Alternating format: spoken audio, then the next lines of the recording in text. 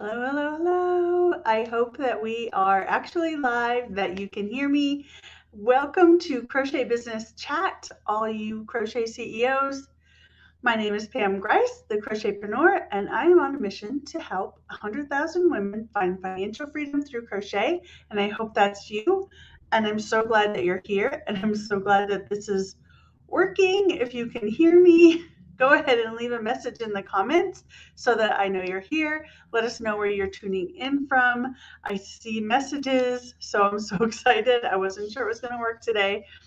We've been having all kinds of tech issues the last couple of days. So as you can see, I am not in my normal house. I'm in a hotel right now. I'm at a business conference and coming to you from a hotel. So today we're going to talk about, are you even cut out for a crochet business life? So it's a question I get all the time. How do I know I'm cut out for this? So, I'm going to give you the really quick answer, and then we're going to break it down. The really quick answer is only you get to decide. So that's the quick answer. I can't just give you a checklist and say, check off the things. If you get 8 out of 10, then you're cut out for it. It's more nuanced than that. So I'm going to share with you kind of what I see as kind of the top 5 characteristics of people who do really great in crochet business, and kind of what to do if you don't quite meet those, you can't kind of check off those traits. And then also stay to the end. I have a new opportunity coming up that I want to share with you. It's actually, should I tell you right now or should I wait? I think I'll wait. So I will wait and tell you at the end of this video about something that's going to start happening for 2022 and then really take off in March of 2022. So the video quality is poor. Yeah, it's because my internet quality is poor. So I'm really, really sorry about that. Looks great on my screen, but I had a feeling it was going to not look great on your end. So I'm really sorry about that. The content is good, so I hope you'll stick around and for the message, if not for the gorgeous images anyway. Okay, so I'm going to go over here. And okay, before we start, here we go. Be sure to hit the subscribe button and ring the bell so you get notifications. And be sure to click like on this video. I promise you're going to like it. And that way more people will get notified that we're live, and they'll get notified to come join us. So again, subscribe, bell, like, comments are awesome too. So I'm going to hide that now that that's done. Okay, so I was watching a video earlier with Mark Cuban. Many of you know Mark Cuban from Shark Tank, and he also owns a bunch of businesses. So someone had asked him, what is the most common reason that businesses fail? As we know, I believe the number is 98% of small businesses fail within the first 2 years.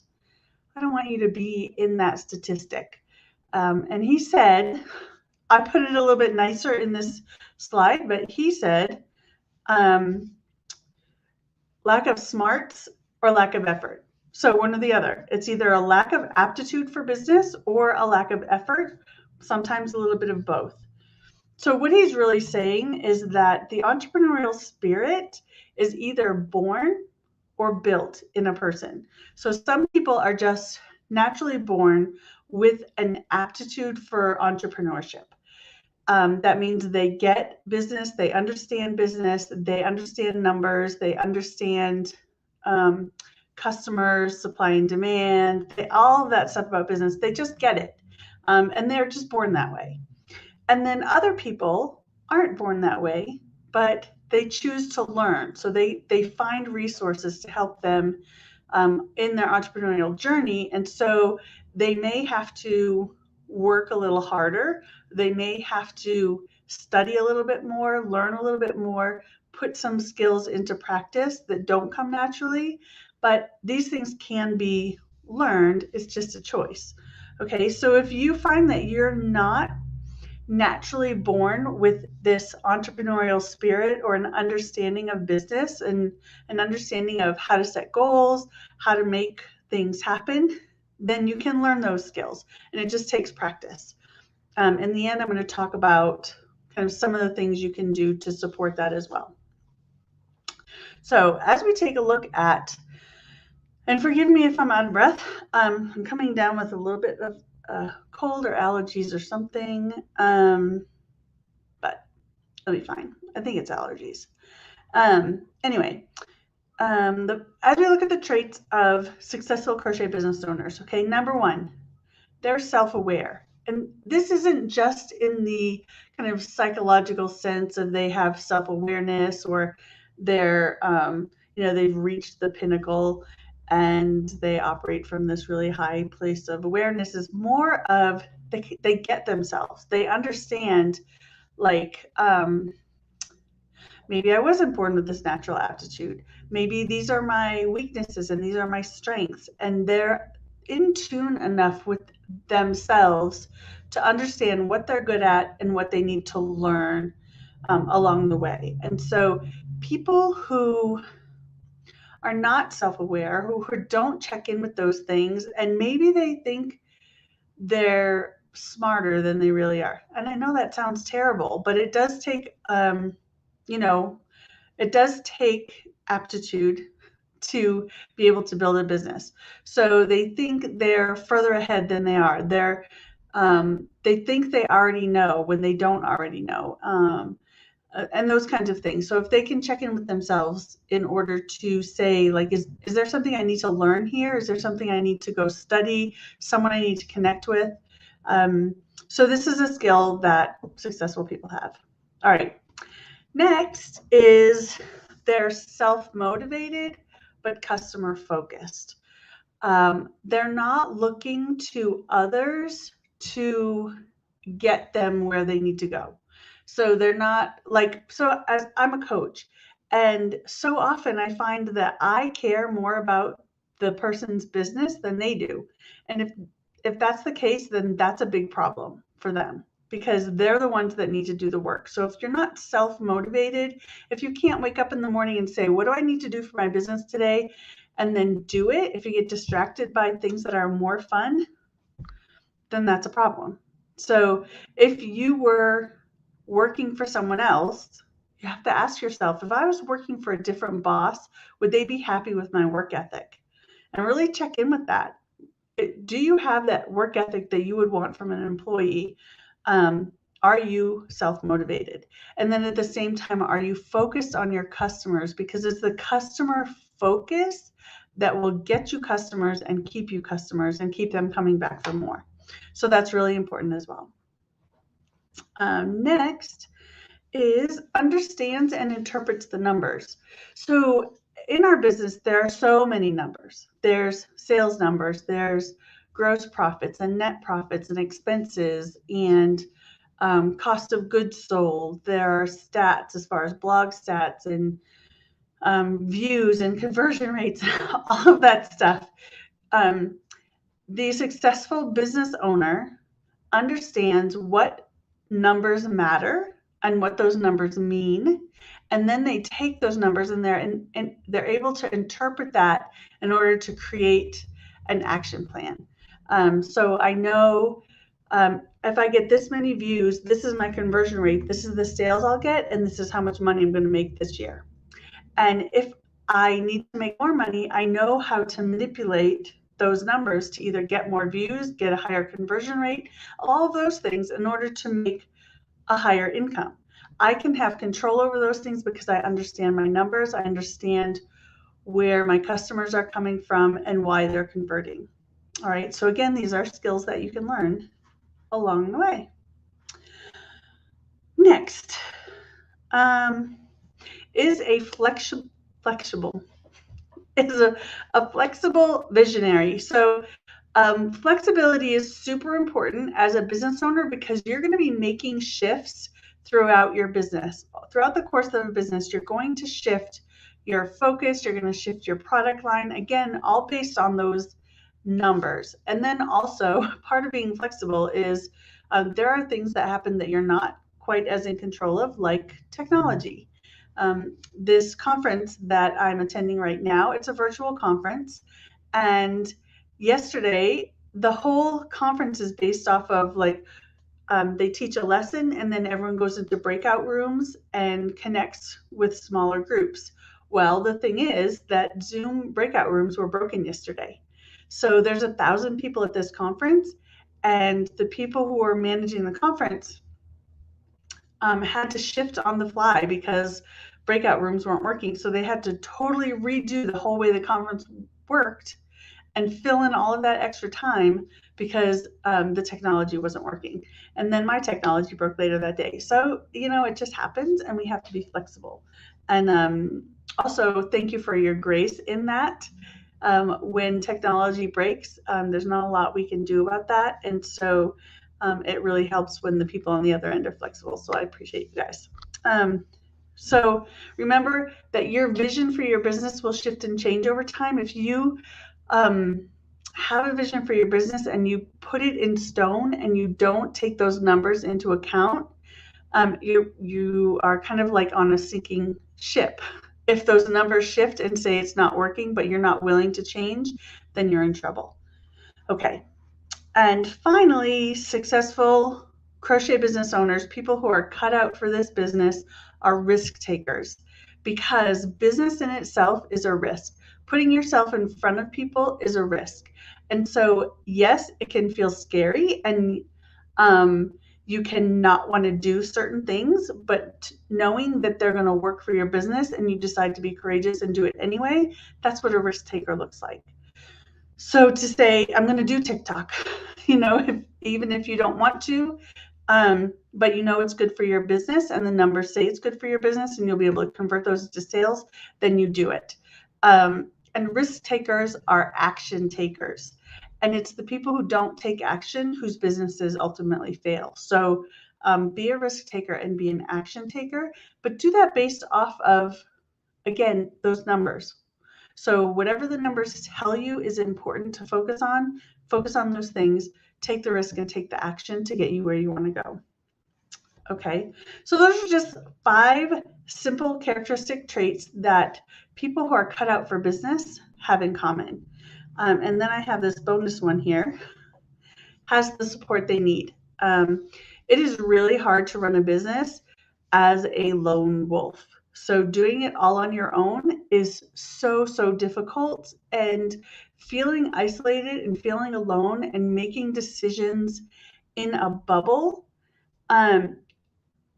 it's not just hard emotionally, but it's hard to not get feedback from other people or to get input from other people of, well, have you thought about this? Have you thought about that? And that's why I'm excited to share with you this new opportunity that I've just created for the Crochetpreneur brand, and specifically for you in the long term. So I'm just going to share a little bit about that. This is not a sales pitch because it's not even open right now. I just wanted to tell you about it so you can think about, is this something that I would be interested in? So I'm going to come over here. Shut that down. Come over here. Have you ever seen this before? This is Maslow's hierarchy of needs. So some of you know I was a psychotherapist.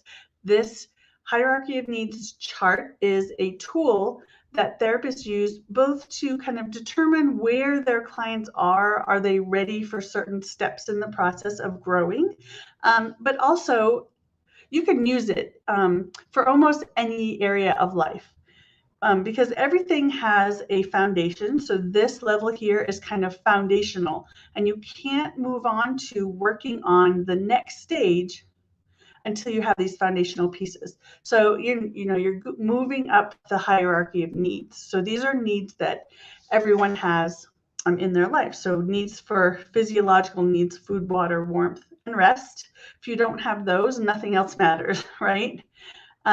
So then safety and security, love and belongingness, esteem, and then self-actualization. So these are the hierarchy of needs. And if we translate that into the support you need as a business owner in order to grow a business that is not only profitable, that feels good to you.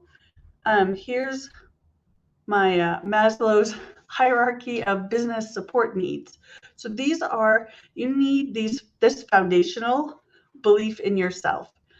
If you don't believe in yourself and you don't believe that you can make this happen, all you need is, the Bible talks about the faith of a mustard seed. You just need belief of a mustard seed. You need a little piece of yourself that believes that you can do this. Otherwise, you're doomed from the start. So if you need to develop this belief in yourself, you could talk to a therapist and figure out why you don't believe in yourself.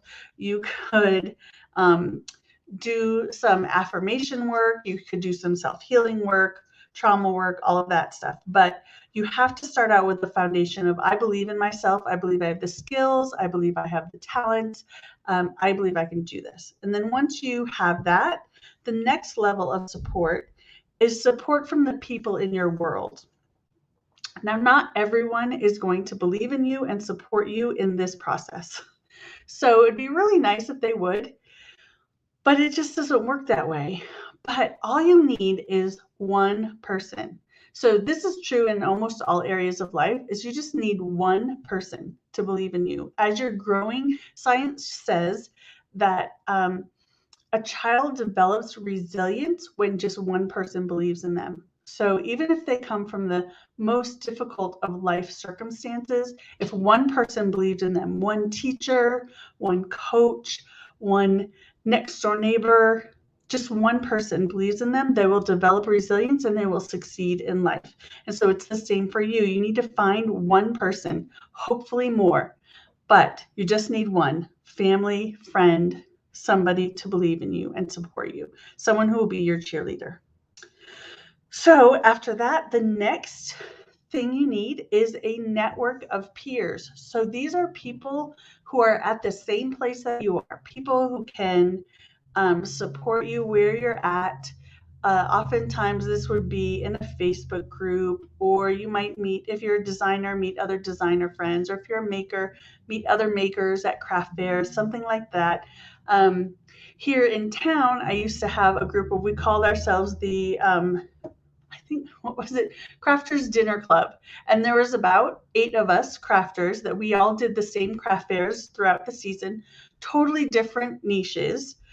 We had jewelry makers, we had Squishy Dough, which she made organic homemade Play-Doh. It was me, it was another crocheter, or actually 2 other crocheters, home decor. So there's quite a few of us.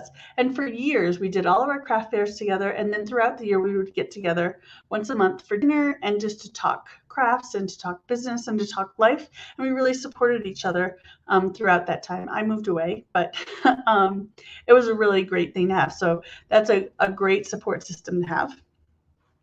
Next is the coach mentor support situation. So a mentor is going to be someone who has either been where you are now and is kind of leading the way, or the way that I mentor is both kind of leading the way as far as tech goes, but also providing that that check-in with mindset and personal growth and CEO type growth. So having a coach or mentor is the next step on kind of supporting those needs that you have as a business owner. And then finally is the mastermind. And this isn't something we hear about a lot in the crochet community, is the idea of mastermind. So a mastermind, I'm going to come over here. Mastermind. Oh, introducing Crochetpreneur Guided Masterminds. So this is going to be something we're starting in 2022, is guided masterminds. So it'll be small groups of like-minded but very different crochet business owners. So they're 4 to 5 people in each mastermind, plus me as the coach, guide, mentor. And it will be like some makers and some designers, and nobody that's in the same niche, because this is going to be about guided interactions with the goal of fostering breakthroughs in your business and receiving creative feedback. So sharing where you're stuck and being willing to receive creative feedback from people who aren't in your exact niche so that you can get lots of different ideas and challenges, and you're there to help others and others are there to help you. So it's a really kind of symbiotic relationship between 4 or 5 people who can really support one another in their businesses. So the whole goal is to propel your business forward with all of this really creative feedback. And in the process, you create a network of business partners, people who are really there for each other, helping one another to grow, providing inspiration and motivation, and also checking in with goals and accountability. So this is something that's going to be starting in Crochetpreneur in 2022. Right now, I put a link on YouTube. I put a link to our wait list. If this is something you're interested in, there's a wait list. You can hop on the wait list. I'm going to be opening it up. Those of you in CBA, Crochetpreneur Business Academy VIP, will be receiving an email hopefully later today about this, where you can apply. It is all on an application basis only because it really is curated groups. So I'm going to do a beta run with this with some VIPs, and then it will be opening up in March for anybody who wants to apply. So that's that. I'm really, really excited about this because I have been involved in masterminds before and they're so powerful and so amazing. So I'm going to pop over to the comments and see what is happening in the comments. And then again, because I'm not feeling 100%, I'm probably going to pop off a little bit early today. Let's see. Can it happen the other way too? The person doesn't believe in their aptitudes and they lack in confidence. If you don't have the aptitude and you lack confidence to believe that you're going to do it, you're really going to struggle. So I really encourage you to motivate yourself to learn, because you really have to. You are the foundation of your business, and let me see. How do I get back here? There you go. As the foundation of your business, it's your job to believe in yourself. So if you're struggling with that, you have to do the work to get yourself there before you can depend on other people. If you don't, oftentimes what we do is we make it everyone else's job to affirm us and to tell us we can do it. But it's not their job to do that. We expect our customers to tell us how amazing we are. We expect our family to support our business. But if you don't believe in yourself, why should they, right? So you have to get there 100%. You have to get there yourself. All right, coming back to comments. I have a war in my mind because I want to do crochet doll flowers and winter hats. If you can find a target customer who's interested in all of those things, then go for it. If that's what you want to do, figure out how you can sell those things to all of the exact same target customers. So you're speaking to one person, but selling these multiple things, and then see if it works. And then look at your numbers. Give it a couple of months and see how people are responding, and see if it works. If it doesn't work, then change things. Should I have 3 different Instagram accounts? Again, it depends. If you're talking to different target customers, then you need to have different social media accounts. That is my unpopular opinion. All right. Yeah, I really believe that if you have, I have my Crochetpreneur business account, I have my Made with a Twist designer account, and I have my White Winter Hat Company physical product account. And that is because I'm speaking to a different target customer with each of those businesses. And so it's really important to think about, not about you and what's convenient for you, but to think about the customer and how they're seeing you come across with your brand. And so again, if you can speak to one target customer, then keep them all on one account. If you can't do that, then I would separate them. Thanks for adding that link, Katie. Maria,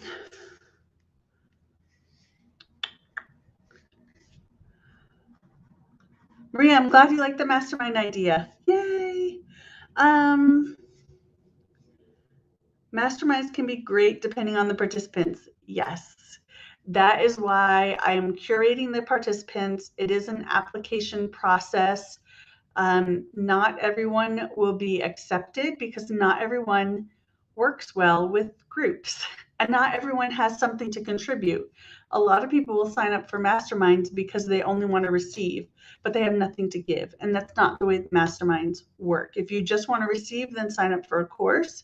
But if you're at a point in your business where you have something to give, then you would be a good fit for a mastermind. All right. Getting positive affirmations from customers helps with confidence. It does. It does help with confidence, but it's not their job to lift your confidence, right? So it's just coming from a different perspective of, are you being codependent on affirmations from other people, or do those affirmations only affirm what you already believe about yourself? You have great customer service. Your products are beautiful. You're so talented. Those kinds of things that you already believe about yourself because you're creating a business because those things are true. Yeah. Can you recommend a good Canva tutorial?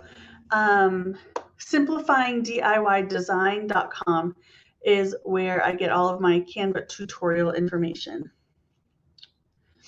Okay.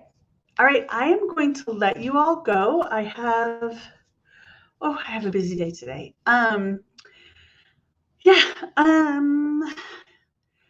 So I'm sorry I'm a little bit scatterbrained. It's like one of those things, you know how when you have allergies, your head just feels a little bit foggy. That's how I'm feeling today. So I hope that you understood kind of where I was coming from as far as these traits go. Again, if you weren't naturally born with these entrepreneurial skills, or you're not like an entrepreneurial genius, you can learn those traits and you can grow those skills. And so not to be discouraged, just to know what are your strengths and what are your weaknesses and build on where you need to build. Okay, so that's my tips for you today. And again, find that link for the waitlist if you're interested in joining a crochet business mastermind, where you'll meet weekly with a group of other people who will hold you accountable, who will give you feedback, and who will help you propel your business forward. Then sign up for that waitlist so that I can get you the link for the application process when it is available. Okay. All right, you guys, you're amazing. I am so excited to see where you take your business in 2022, and I will talk to you next week. See you later.